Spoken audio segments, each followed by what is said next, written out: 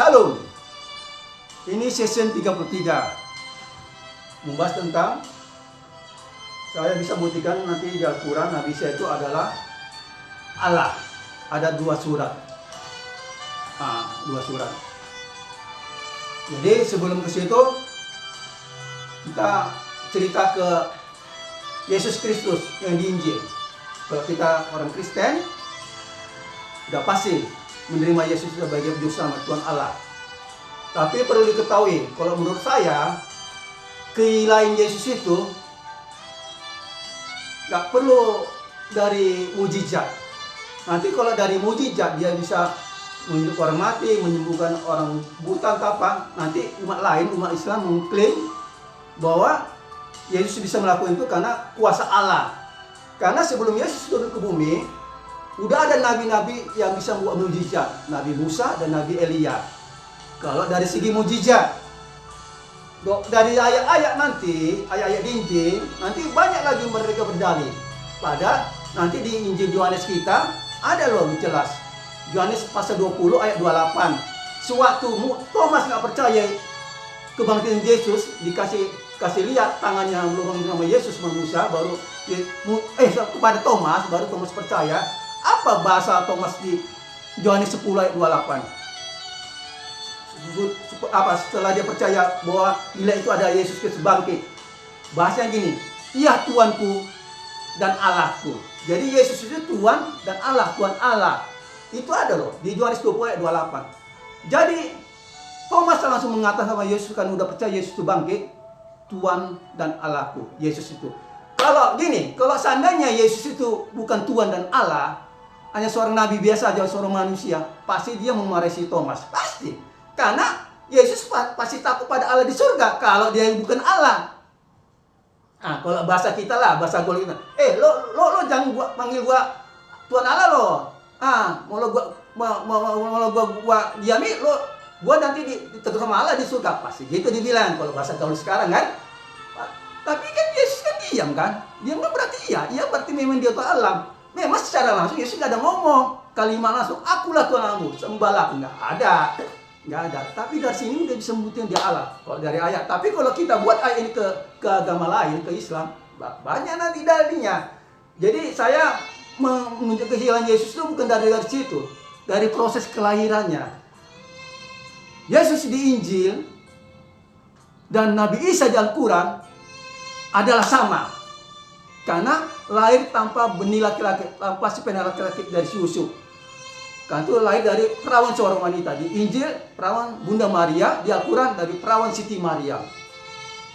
Ingat, setelah bumi anguskan di air bah Nuh, ada 3 anak Nuh, Ham, Sem, Yafet. Dari si Sem inilah nanti masuk garis keturunan si Abram dulu pertama kali sebelum berkati Abram, sekarang Abraham. Jadi kita keturunan Abraham 3 agama, Yahudi, Kristen, dan Islam. Kalau ada agama lain kayak Konghucu, Buddha apa, itu nggak tahu entah dari Ham atau dari Yafet keturunannya. Itu nggak usah kita bahas. Kita bahas ini dari Sem ke Abraham, dapat 3 keturunan, 3 agama, Yahudi, Kristen, dan Islam. Ada nggak dari keturunan Abraham ini, dari 3 agama ini, Yahudi, Kristen, Islam ini, manusia lahir tanpa sperma laki-laki? Nggak ada. Hanya Yesus ini dan Nabi Isa di Al-Quran yang lahir tanpa benih laki-laki, tanpa sperma laki-laki, dari tunangannya Yusuf, dari perawan seorang wanita. Di Injil Bunda Maria, di Al-Quran dari Siti Maria. Dari manusia, kelahiran manusia pertama, Adam dan Hawa bukan dilahirkan, diciptakan. Kelahiran pertama siapa? Kain dan Habel. Kain dan Habel itu ada sperma laki-laki. Kan itu nanti di Kejadian 4 ada bunyi ini. Manusia pertama itu berarti laki-laki itu si Adam.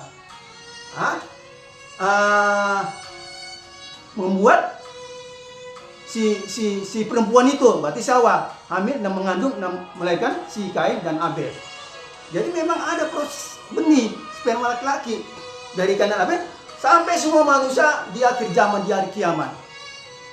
Tapi Yesus lahir tanpa sperma laki-laki dan atau di Nabi Isa di Al-Quran tanpa sebenarnya. Itu membuktikan Yesus itu di Injil adalah Allah. Nabi Isa di Al-Quran ada Allah. Menurut saya dari proses kelahiran hanya Yesus di Injil atau Nabi Isa di Al-Quran manusia lahir tanpa sperma laki-laki. Sedangkan teknologi zaman sekarang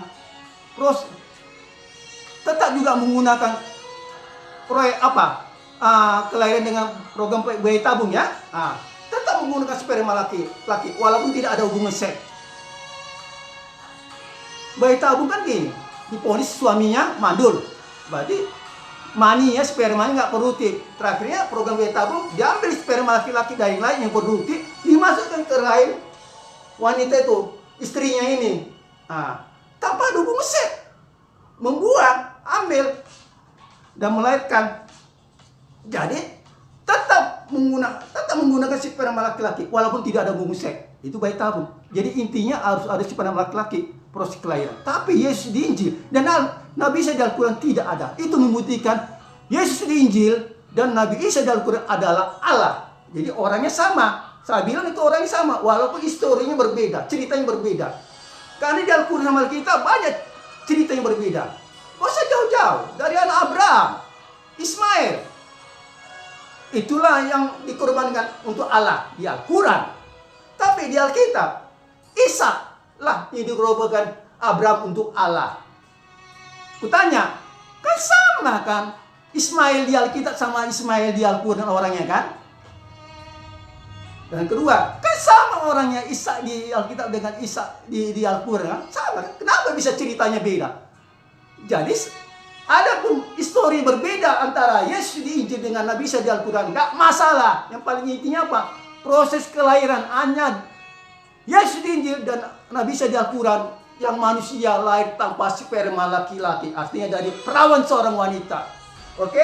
Itulah membuktikan Yesus di Injil adalah Allah. Nabi Isa di Al-Quran adalah Allah. Berarti orangnya sama. Dari Al-Quran saya bisa membuktikan ada 2 surat. Wah, Nabi Isa itu adalah Allah. Surat pertama, Quran surat Az-Zukhruf ayat 61. Isinya kira-kira begini. Dan dia, dalam kurung Isa, itu benar-benar mengetahui hari kiamat dan menjadi pertanda hari kiamat. Hanya Allah lah yang bisa mengetahui hari kiamat. Berarti Nabi Isa itu adalah Allah. Sedangkan malaikat sekalipun udah penghuni surga nggak tahu hari kiamat. Malaikat itu bergerak karena udah ada perintah Allah. Oke, bergerak kita sekarang kiamat, bergerak. Udah malaikat ini nggak tahu kapan hari kiamat. Kok nggak ada perintah dari Allah. Itu satu. Surat kedua, surat An-Nisa ayat 159. Isinya kira-kira begini. Nabi Isa menjadi hakim yang adil di hari kiamat. Hanya Allah lah menjadi hakim di hari kiamat, hakim yang adil. Jadi nggak boleh manusia. Jadi kalau ada umat Islam mengklaim, berdalih gini, di ayat 1 kita bilang, di surat Az-Zukhruf ayat 61, Nabi Isa mengetahui hari kiamat, menjadi pertanda hari kiamat adalah pemberian kuasa diberi kuasa oleh Allah. Berarti Nabi Isa itu bukan Allah tapi diberi kuasa oleh Allah. Oke, kalau itu alasan umat Islam, saya bisa balas dari mereka. Apalah balasannya? Gini aja. Kalau Nabi Isa itu diberi kuasa sama Allah, berarti Nabi Isa itu seorang manusia, berarti Allah itu nggak mau kuasa dong. Karena yang mengetahui kiamat kan ada dua sosok. Allah tak berwujud dengan Nabi Isa yang diberi kuasa. Ini sih hasilnya halus banget ya. Jadi ada dua, berarti nggak mau kuasa lagi namanya. Iya kan? Jadi bahasanya apa? Allah berkuasa, juga Nabi Isa berkuasa mengetahui kiamat. Berarti gelar Allah Maha Kuasa hilang dong. Karena mengetahui kiamat ada dua. Nabi Isa seorang manusia biasa, yang dibilang manusia biasa, dan Allah tak berwujud itu. Berarti nggak Maha Kuasa lagi. Oke, surat kedua. Quran surat An-Nisa ayat 159. Nabi Isa menjadi hakim yang adil di hari kiamat. Kalau kata umat Islam berdalih gitu, itu pemberian dari Allah memberi kuasa kepada Nabi Isa untuk menjadi hakim adil dengan hari kiamat. Oke, saya jawab dari mereka. Jawabnya gini aja. Apa beda? Berarti kalau begitu berarti sama dong pengadilan negeri, pengadilan di bumi sebelum hari kiamat dengan pengadilan di hari kiamat. Apa samanya? Kalau pengadilan di bumi, manusia menghakimi manusia. Tahu nggak? Hakim itu kan manusia kan? Manusia, seorang hakim, manusia menghakimi terdakwa, manusia. Jadi kalau Nabi Isa itu nanti di surat An-Nisa 1:9 diberi kuasa sama Allah, berarti Nabi Isa itu manusia bukan Allah. Berarti Nabi Isa selaku manusia menghakimi manusia berdosa. Jadi manusia menghakimi manusia di hari kiamat. Seharusnya kan kalau pengadilan di hari kiamat, Allah lah yang menghakimi manusia, iya kan? Allah lah menghakimi manusia. Kalau dibilang Nabi Isa itu bukan Allah, diberi kuasa sama Allah, berarti Nabi Isa selaku manusia masa menghakimi manusia. Apa bedanya pengadilan dengan di bumi? Hakim selaku manusia menghakimi terdakwa selaku manusia. Manusia menghakimi manusia. Berarti Nabi Isa selaku manusia biasa menghakimi manusia berdosa. Berarti manusia menghakimi manusia. Kan nggak mungkin kan? Seharusnya pengadilan di akhirnya kan Allah dong menghakimi manusia. Jadi dalih Anda itu nggak bisa diterima. Dengan dasar ini, apa yang mau Anda katakan? Hah?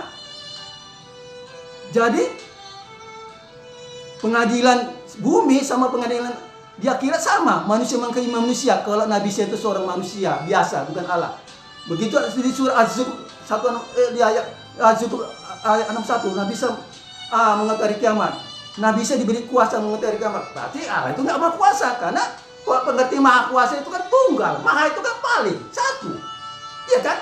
Kalau dibilang maha kuasa, hanya Allah lah yang berkuasa mengetahui hari kiamat. Itu namanya pengertian maha kuasa. Kalau Nabi Isa diberi kuasa sama Allah mengetahui hari kiamat, berarti Allah itu nggak maha kuasa, hanya berkuasa. Jadi kalimatnya Allah berkuasa mengetahui hari kiamat, juga Nabi Isa berkuasa mengetahui kiamat. Jadi maha kuasa nggak ada. Apa bisa kita terima Allah itu nggak maha kuasa, hanya berkuasa saja? Sama kayak raja-raja di bumi, nggak dibilang maha kuasa, hanya berkuasa saja. Pikir, ya, pikir. Jadi dengan dua suara ini, di Quran surat Az-Zukhruf 1 ayat 61, Nabi Isa mengetahui hari kiamat jadi pertanda hari kiamat, dan surat An-Nisa ayat 1:9, Nabi Isa menjadi hakim yang baik di hari kiamat, membuktikan bahwa Nabi Isa itu adalah Allah. Oke, sampai sini dulu sesi 3. Bye, see you.